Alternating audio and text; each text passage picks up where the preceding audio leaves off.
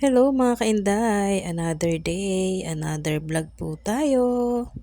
Ayan, cooking tayo ng pork rib sinigang.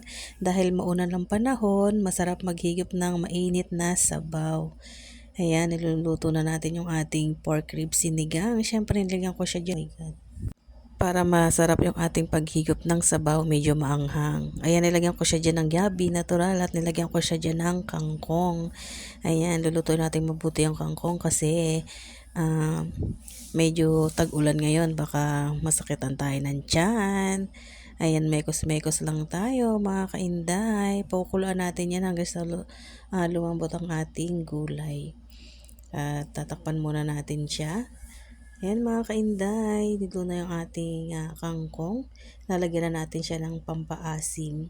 Sasarapan natin at dadagdagan natin yung asim niya para sabaw pa lang, solved na. Ayan guys, mekos-mekos. Pakukulan pa rin natin yan hanggang sa maluto yung ating pang-asim. Siyempre, yung sili pa rin natin, lulutuin natin yan mga kainday.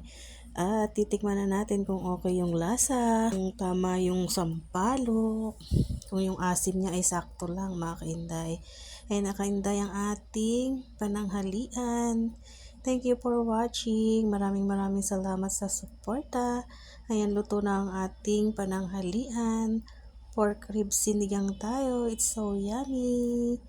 Ayun na mga kainday, it's so yummy. Malapot ang sabaw. Yan na po, kain na po tayo.